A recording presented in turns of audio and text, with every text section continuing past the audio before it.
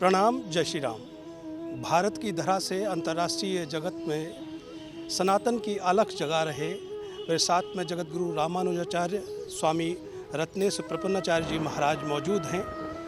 नगला यज्ञ फतेहपुर सीकरी आगरा में श्री राम कथा हो रही है और शिव महापुराण होना है। महायज्ञ महारुद्र यज्ञ 1100 कुंडी होनी है। ऐतिहासिक कार्यक्रम है।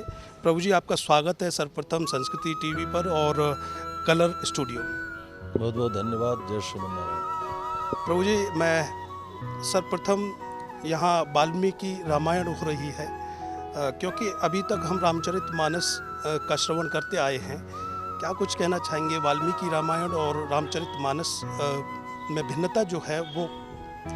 जी, निश्चित रूप से बहुत बहुत धन्यवाद आप लोगों को जो इस नगला यज्ञ का कवरेज देश दुनिया तक पहुंचा रहे हैं। देखिए, मूल रूप से हमारे सनातन धर्म का जो मूल ग्रंथ है वह है वेद। वेद को व्याख्यायित करने के लिए दो प्रकार के ग्रंथों की रचना हुई। एक को इतिहास कहते हैं और दूसरे को पुराण कहते हैं। इतिहास पुराणाभ्याम वेदम समुपबृंहयेत। तो इतिहास हमारे यहाँ दो हैं, रामायण और महाभारत, और पुराण हमारे यहाँ 18 हैं।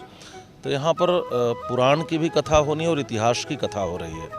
इतिहास श्रीमद् वाल्मीकि रामायण है। वाल्मीकि रामायण के ही संपूर्ण सिद्धांतों को सरलतम ढंग से समझाने के लिए आगे चल कर के गोस्वामी तुलसीदास जी महाराज ने रामचरितमानस की रचना की। तो वाल्मीकि रामायण के विषय में दो बातें हमें समझनी होंगी। पहली तो यह कि वेद का अवतार माना जाता है वाल्मीकि रामायण। वेद वेद्ये परे पुंषि जाते दशरथात्मजे वेदः प्राचेद सादासित साक्षात रामायणात्मना। वेद स्वयं रामायण के रूप में अवतार लेकर आए। जैसे भगवान नारायण राम के रूप में अवतार लेकर आए, तो राम जी के गुणानुवाद करने के लिए स्वयं वेद वाल्मीकि रामायण के रूप में अवतार लेकर आए। वाल्मीकि रामायण विश्व वाङ्मय का प्रथम काव्य है। वाल्मीकि रामायण से पहले केवल वेद था। यह दुनिया का प्रथम काव्य है और इसमें महर्षि वाल्मीकि ने संस्कृत में भगवान श्री राम के चरित्र को गाया है। तो पहला अंतर तो यह है कि रामचरितमानस अवधी भाषा में है और श्रीमद् वाल्मीकि रामायण संस्कृत में है। दूसरी बात यह है कि गोस्वामी जी का जो प्रतिपाद्य विषय है वह राम जी को भगवान के रूप में प्रतिपादित करना है। एहिमः आदि मध्य अवसाना प्रभु प्रतिपाद्य राम भगवाना। और महर्षि वाल्मीकि मानवीयता के धरातल पर भगवान श्री राम के चरित्र को रखते हैं।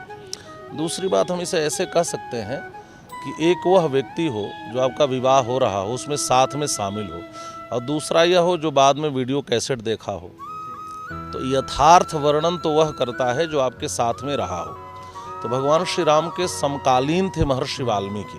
तो महर्षि वाल्मीकि ने रामचरित्र को यथार्थ रूप में यथावत वर्णित किया है और गोस्वामी श्री तुलसीदास जी ने राम जी के उन पक्षों को विशेष रूप से लिया है जो गोस्वामी जी के काल में या वर्तमान काल में समाज के लिए उपयोगी होता है। एक सवाल है, क्योंकि रामचरितमानस कहा जाता है कि मर्यादा सिखाने का कार्य करती है और वाल्मीकि रामायण जो है वो ममत्व सिखाती है। माँ जानकी के ऊपर ज़्यादा उसमें जी बिल्कुल, नहीं बिल्कुल, बहुत अच्छा कहा आपने और यही मूल बात है। श्री रामचरितमानस में रामचरित्र की प्रधानता है और वाल्मीकि रामायण में सीता चरित्र की प्रधानता है। महर्षि वाल्मीकि ने स्वयं लिखा है, काव्यम रामायणम कृष्णम सीतायाश्चरितम महत्। इसमें सीता चरित्र की प्रधानता है। मूल बात यह है कि हम और आप अपने जीवन में वेद को कितना आत्मसात किए हैं यह कोई नहीं समझता, लेकिन वेद हमारे भीतर है यह लोग कैसे समझें। का वेद से भी बढ़कर चीज़ हमारे भीतर वेदना का होना। वेद ही वेदना जागृत करते हैं। तो वाल्मीकि रामायण की कथा करुणा, ममता, वेदना को जागृत करती है और जब वेदना हमारे हृदय में आ जाए, हम किसी की पीड़ा को अपनी पीड़ा बना सकें, तो यह ग्रंथ की सबसे बड़ी उपयोगिता है। सवाल मेरा ये है कि यहाँ 1100 कुंडी महारुद्र यज्ञ होना है, श्री राम कथा चल रही है, शिव महापुराण होना है, रासलीला होने जा रही है, शोभानंद भारती जी महाराज के सानिध्य में ये सब कुछ हो रहा है। इस कल्पना के लिए, इस दिव्य कल्पना के लिए, क्योंकि कहा जाता है कि मैं इस तरह का 1100 कुंडी ऐतिहासिक यज्ञ हुआ था, तो क्या कुछ? नहीं, मैं आभार प्रकट करूंगा स्वामी शोभानंद जी महाराज के प्रति। उन्होंने इतनी अच्छी संकल्पना की और यहाँ के क्षेत्रवासी उनकी संकल्पना को साकार कर रहे हैं और लेकिन ये सही है कि सामान्य व्यक्ति की कल्पना से परे आयोजन है और भारत ऋषियों का देश रहा है। हमारे भारत में ऋषि परंपरा, कृषि परंपरा, ये दो परंपराएं मूल रूप से रही हैं। तो ऋषि परंपराओं के देश में यज्ञ यागादि हमेशा से होता आ रहा है और यज्ञ का देखिए मूल रूप है, हमें समझना होगा यज्ञ क्या है। यज्ञ शब्द के 3 अर्थ होते हैं व्याकरण में, यज देव पूजा संगति करण दानेशु। यज्ञ शब्द के 3 अर्थ होते हैं। देव पूजा, हम देवताओं का पूजन करें। पूजन कृतज्ञता है।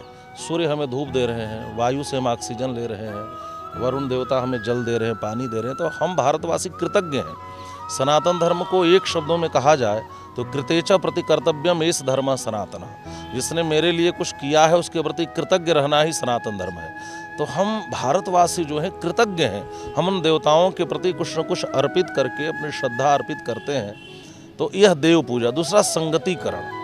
आज समाज किस दिशा में भटक रहा है, या सही बात कहा जाए तो विश्व में भारत युवाओं का सबसे बड़ा देश है और हमारे युवा गलत मार्ग में न चले जाएं। कुछ ऐसी घटनाएं, भारत में कोई सुसाइड करता है समस्याओं को लेकर, बहुत ऐसी घटनाएं। मैं तो गया था मुंबई में, तो बॉलीवुड में उस समय घटना घटी थी, किसी ने आत्महत्या की थी। तो मैंने वहाँ कहा था कि आज जब लोगों के जीवन में समस्या आती है, उन समस्याओं से पीड़ित होते हैं तो नशा लेने लगते हैं। मैं कहता हूँ आप नशा मत लीजिए, आप अध्यात्म लीजिए। स्टीव जॉब्स निराशा के क्षणों में था, तो भारत आकर के नीम करोली महाराज के चरणों में बैठा और एक पॉजिटिव एनर्जी लेकर गया, सकारात्मक ऊर्जा लेकर गया, एप्पल जैसी कंपनी बनाई। तो हमारे देश में वेद जैसा ग्रंथ है, 18 पुराण हैं, 6 शास्त्र हैं, उपपुराण है, अनेक काव्य हैं, महाकाव्य हैं, इतने ग्रंथ हैं, इतने आदर्श चरित्र हैं श्री राम और श्री कृष्ण का, जिन्होंने विपत्तियों में संघर्ष किया है। तो हमारे युवाओं को इन ग्रंथों को अपनाना चाहिए, अध्यात्म को अपनाना चाहिए और इसमें यज्ञ की बड़ी भूमिका होती है। राष्ट्र की भक्ति सर्वोपरि होनी चाहिए या धर्म की? देखिए, राष्ट्र रहेगा तभी तो हम धर्म करेंगे। राष्ट्र रहेगा तभी तो हम धर्म करेंगे।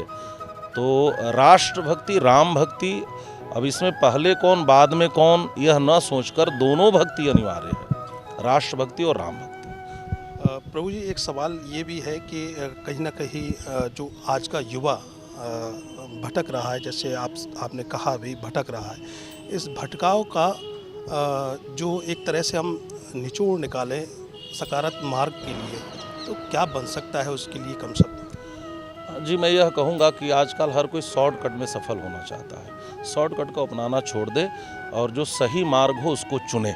देखिए, आप जब भी सफलता की ओर चलेंगे तो 2 मार्ग मिलेंगे, एक सत्य का मार्ग, एक असत्य का मार्ग। लेकिन झूठ का मार्ग सरल तो लगता है लेकिन उसका कोई परिणाम नहीं निकलता।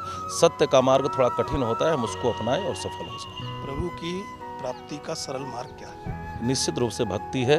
हम भगवान की भक्ति को अपनाएं। भक्ति क्या है? भगवान नाम का संकीर्तन, भगवान नाम का आश्रय।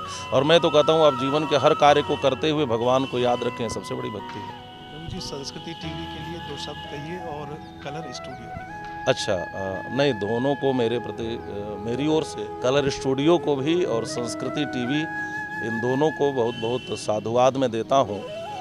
मूल रूप से आज पत्रकारिता जिस दिशा में जा रही है, हम केवल समाज के उन चीज़ों को ही प्रकट न करें जिसको लेकर समाज में कई प्रकार का भ्रम फैले। तो इस संस्कृति टीवी निश्चित रूप से भारतीय संस्कृति के उत्थान में, अभिवर्धन में, भारतीय संस्कृति को अक्षुण्ण रखने में जो कार्य कर रही है, तो मैं हृदय से धन्यवाद देता हूँ। बहुत बहुत धन्यवाद हमसे चर्चा करने। धन्यवाद। तो भगवान श्री राम की ऐतिहासिक कथा कहेंगे, क्योंकि ये ऐतिहासिक इसलिए है कि ये 20 दिन का पूरा अनुष्ठान है और यहाँ रुद्र यज्ञ होना है। 1100 कुंड का ये रुद्र यज्ञ है, शिव महापुराण होना है, रासलीला होनी है। और मेरे साथ में जगत गुरु रामानुजाचार्य स्वामी श्री रत्नेश प्रपन्नाचार्य जी महाराज ने अपने विचार व्यक्त किए और युवाओं को कैसे क्या कुछ सकारात्मक मार्ग चुनना चाहिए आपने क्लियर किया। और भी तमाम सारी चर्चा आपसे हुई। आगे भी नए विचारों के साथ फिर उपस्थित होंगे, तब तक मुझे दीजिए अनुमति। प्रणाम। जय श्री राम।